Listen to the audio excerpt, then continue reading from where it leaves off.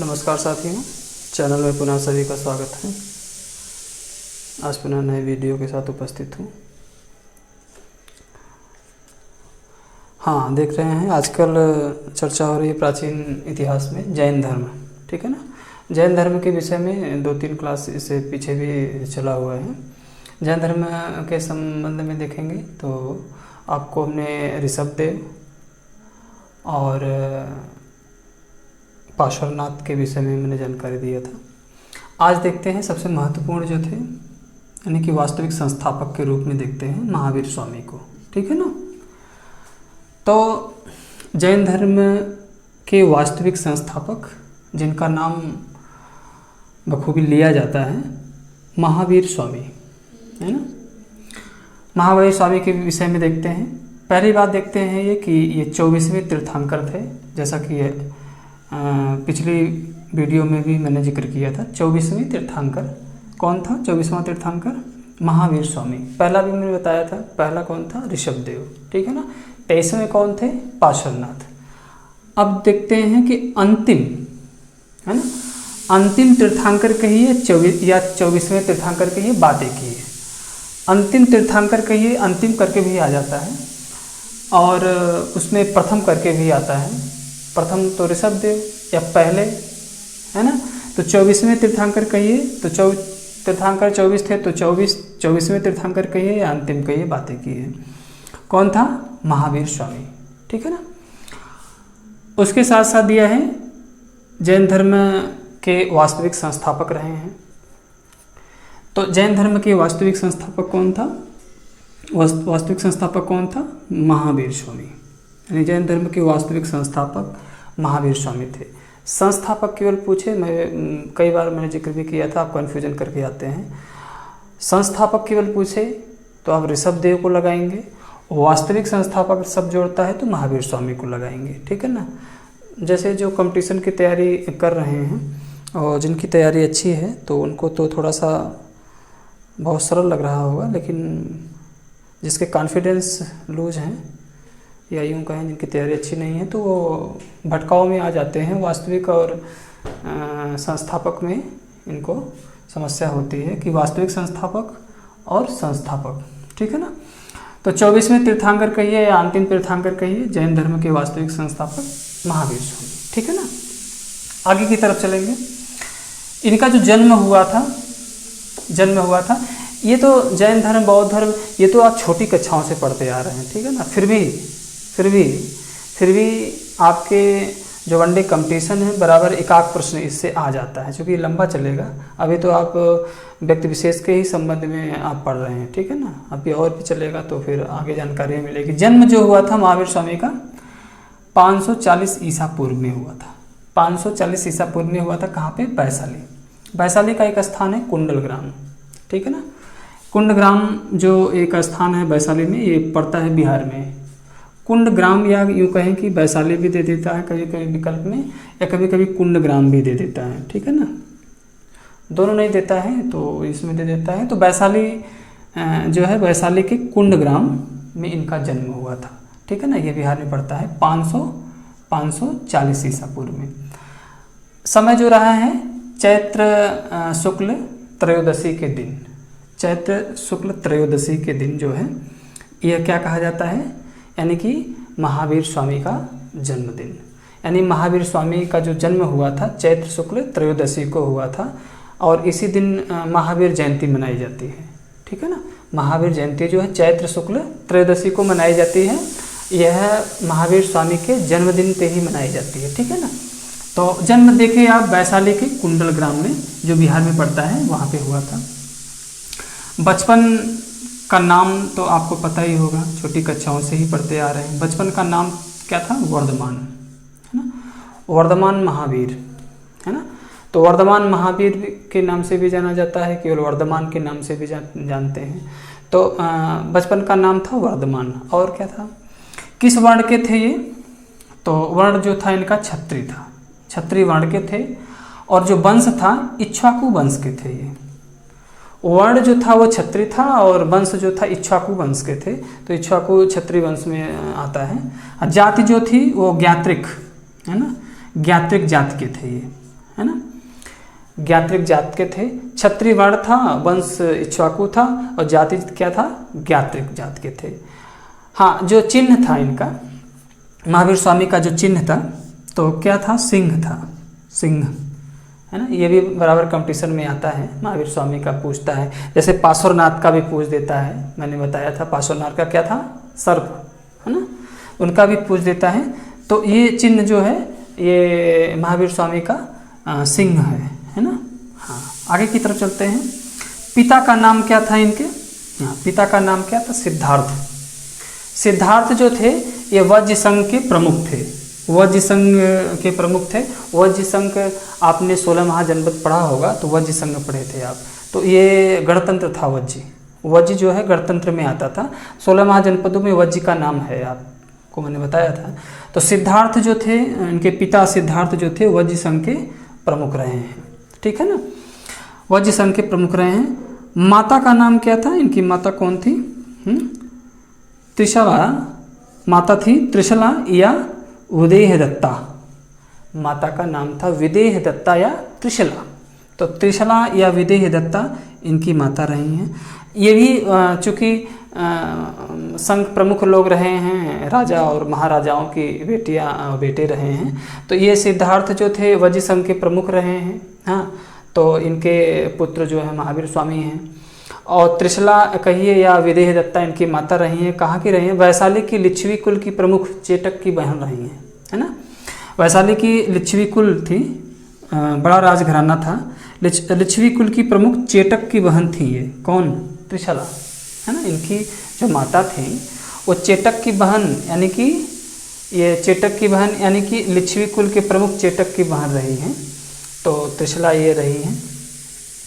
इस तरह से देखेंगे तो ये पूछता है बराबर जो है, कभी कभी पिता के पूछ देता है कि किसके प्रमुख रहे हैं, किस संघ के प्रमुख रहे हैं, तो वज्र संघ के प्रमुख रहे हैं, इस तरह से।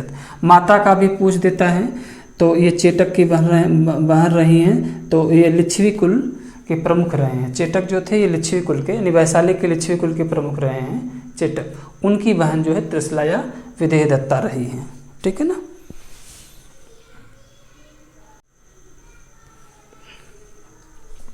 अच्छा चलिए ठीक है, अब इनका विवाह भी होना चाहिए, है ना, टाइम से विवाह भी हो रहा है इनका।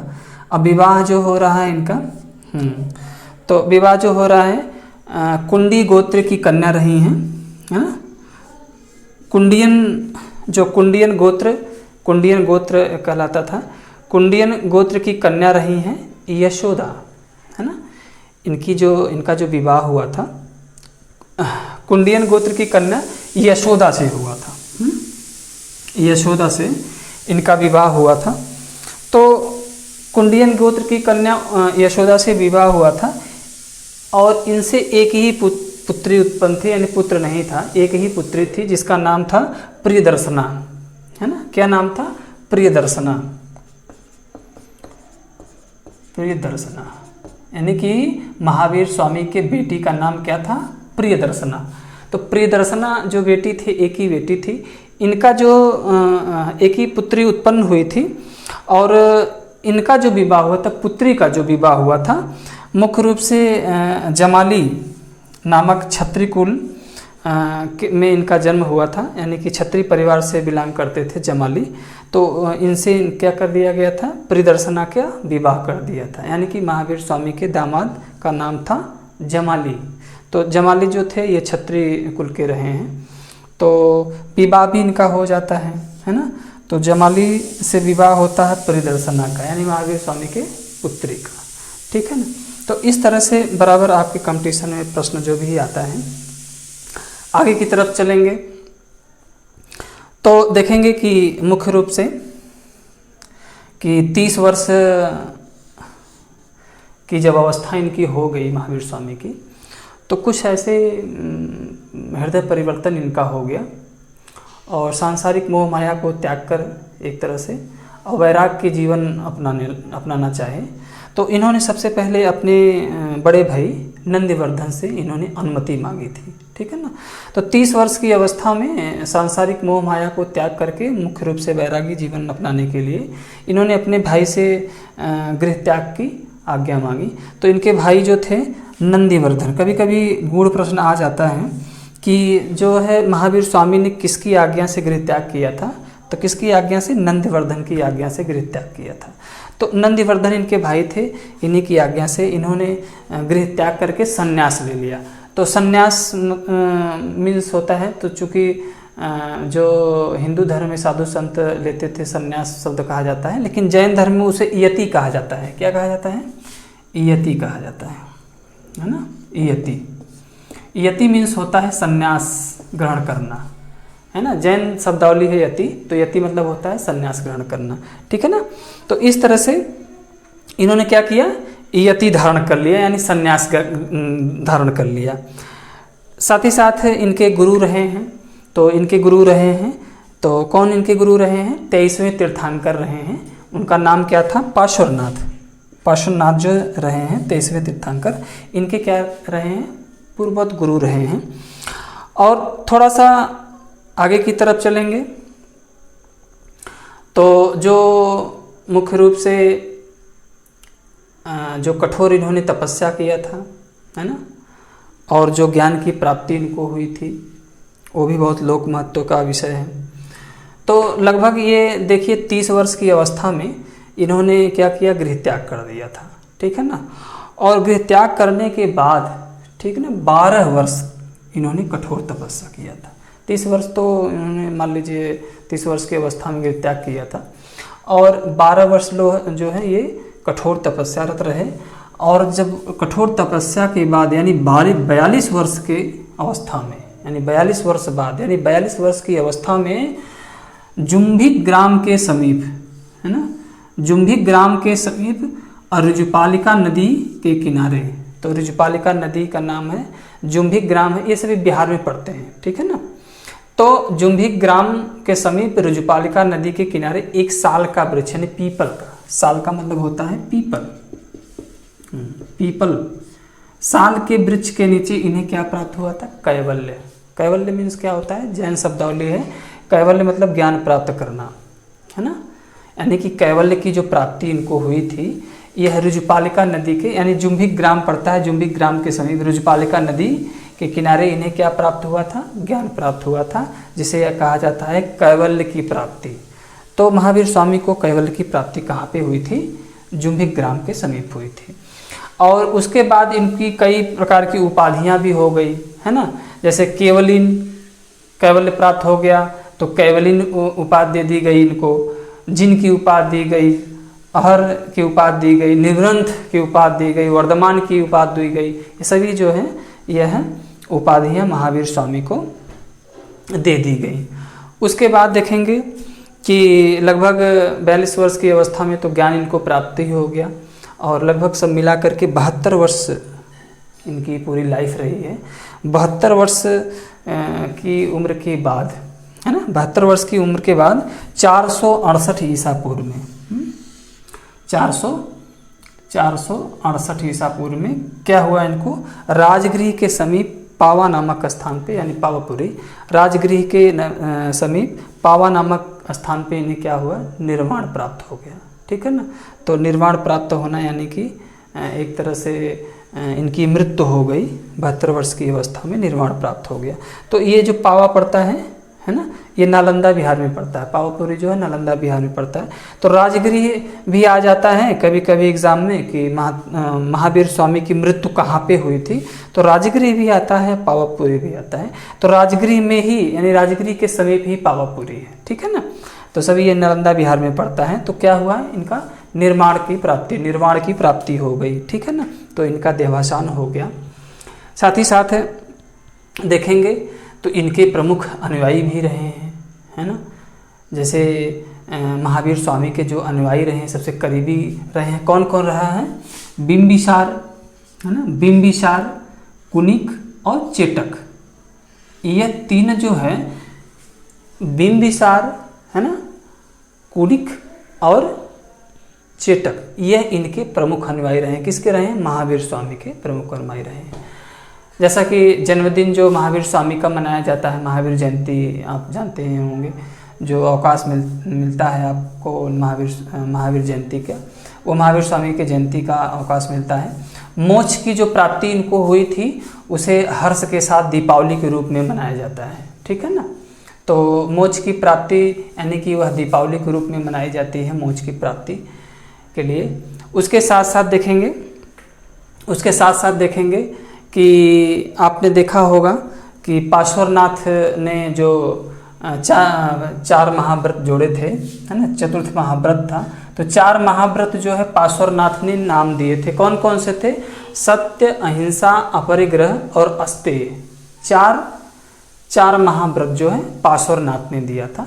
महावीर स्वामी ने 5वां, है ना, और अंतिम 5वां महाव्रत ब्रह्मचर्य को जोड़ा था, ठीक है ना।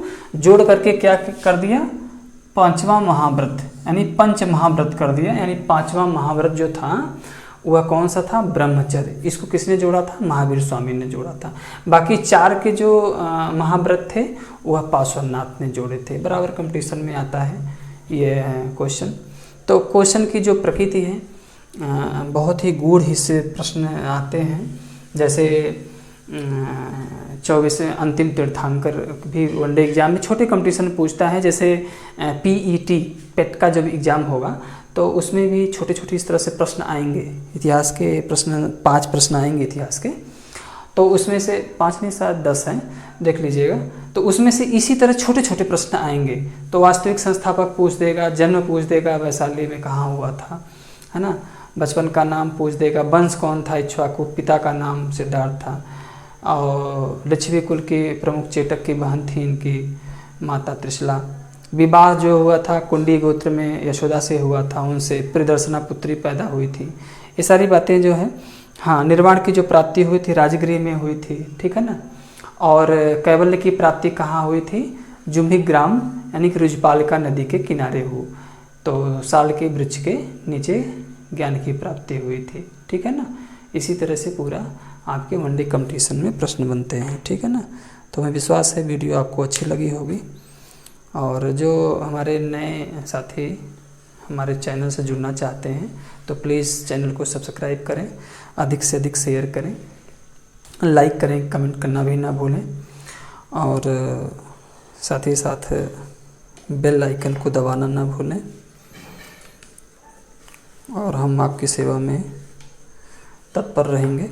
तब तक के लिए बहुत बहुत धन्यवाद, बहुत बहुत शुभकामनाएं।